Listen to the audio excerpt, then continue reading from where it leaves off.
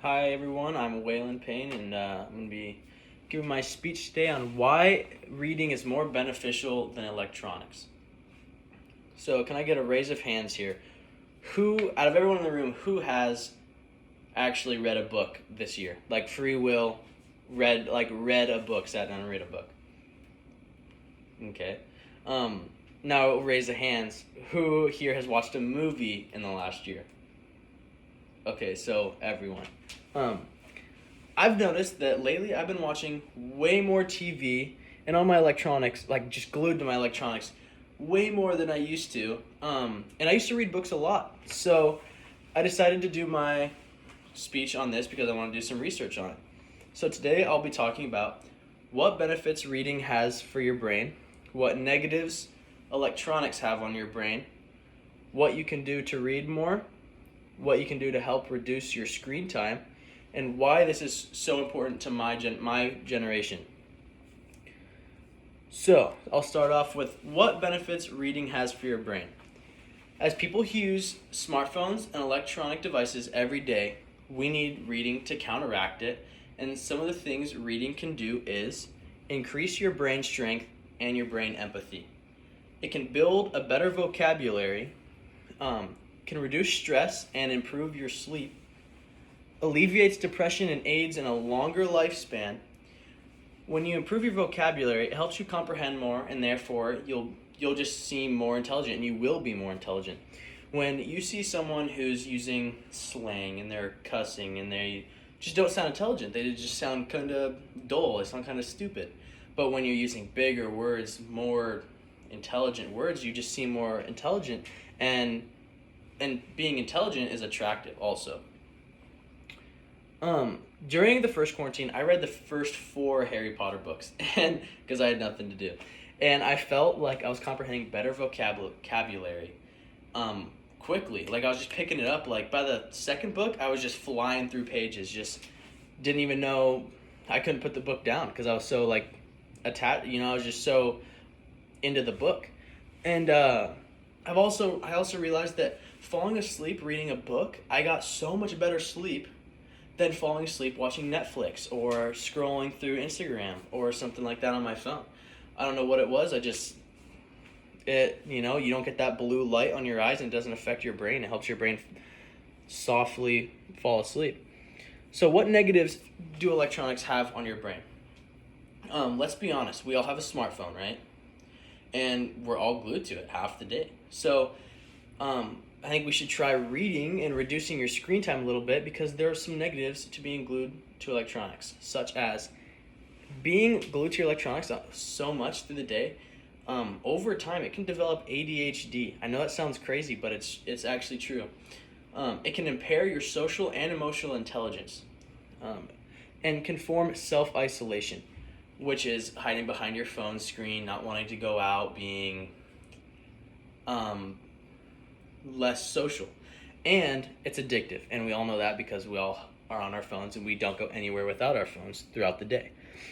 I personally have noticed how addicting social media can be and how hard it is to get off of it once you're on it. Like, have you noticed you're scrolling through Facebook, Instagram, TikTok, and you realize, oh my gosh, 10, 15 minutes just went by that I could be doing something other than my time than watching stupid videos.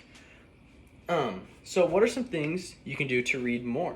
One thing I do to make myself more proactive in reading is picking stuff that is attractive to me. Something where the cover catches your eye, and something where you read the intro paragraph and it's just like, oh wow, that seems really interesting. So other things you can do is give up the books you don't enjoy. If you're reading a book and you're 2 chapters in, you're 50 pages in, and it's dull and it's boring, stop reading it. You're not forced to read it, and pick a new one. Pick something that looks interesting to you. Feel free to skip pages, and you can also set a reading goal. This has helped me a lot in realizing that you're like, oh, I have 10 minutes of free time. How about I finish chapter 4 right now? Or you can just set a goal like, I want to read 2 chapters a day, 3 chapters a day, just like a goal for anything else. Make reading an everyday thing, just like drinking a cup of coffee in the morning, or working out, or the sport you play, or whatever, make it an everyday thing, and before you know it, it's in your routine, and it's just, you're constantly helping your brain, you're constantly just feeding your brain. What can you do to reduce your screen time?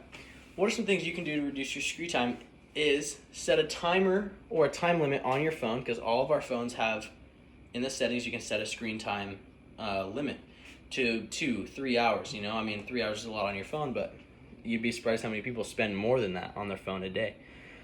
Be active during your screen time. So interact with family during a movie, or work out while you're on your phone. Personally, I use my phone while working out every day. I listen to music. I have my headphones and listen to music while I'm working out. And then on my days for cardio, I actually take my phone and I set it up on the treadmill. And while I'm running, I'll be watching Netflix, because it kind of just makes the time go by quicker. I've been trying to cut down my screen time, and by using hobbies, and I found out that there's some of my hobbies help tremendously with getting off my phone as much, or just my electronics in general. Is athletics. I'm a baseball player, so I have baseball practice every day, and that helps tremendously. Or when I'm sitting in my dorm doing nothing, rather than saying, "Oh, I have an hour of free time, let's watch Netflix," I go contact a buddy and I say, "Hey, do you want to go hit in the cage, or you want to go throw on the football field?" And that has helped tremendously get me off my phone and off my butt. Also, weightlifting, I've found, helps a ton, and reading, obviously, and then hanging out with friends is probably the best way I have found to get off my phone. So, why is this important to my generation specifically? So this generation of kids has more cases of depression and anxiety than ever recorded, ever in history. And that's sad. And it's because of cyberbullying, it's because of social media addiction, all these things where kids are just so glued to their phone, they're constantly seeking attention and approval from people that they don't even know, people that are insignificant in their lives. It has physical health effects as well, such as eye strain, bad posture, and sleep problems, like I said earlier in the speech.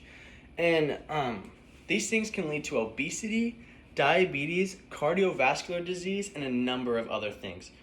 Things that, it's kind of a chain effect, or butterfly effect is what it's called, where, you sit on your phone all day, you play your Xbox all day, you're watching TV all day, and you're going to sit around, you're going to get fat, and when you get fat, you eat unhealthy, and you do all these things, you can get, bad diseases and bad things to you.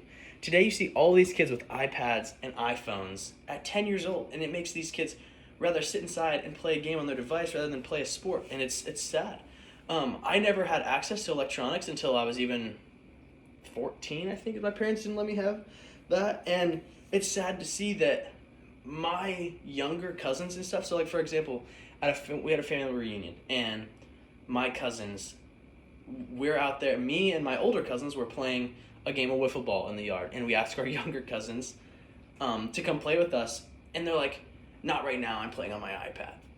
And we were like, we get to see our cousins maybe once a year, once every few years, and they'd rather play on their iPad and play a game than play wiffle ball or do something with their older cousins and stuff. And it's honestly sad. So in conclusion, the point of this speech was to inform you about the positive effects of reading and the negative effects of electronics. In order to live a healthier lifestyle, you need to look at the positives and the negatives of reading and electronics, and realize that reading outweighs all the positives of electronics, rather than probably contacting people. Benjamin Franklin once said, "Reading makes a full man, meditation a profound man, and discourse a clear man." Our founding fathers built this country on books, and we need to not let that fire die out. Thank you for listening.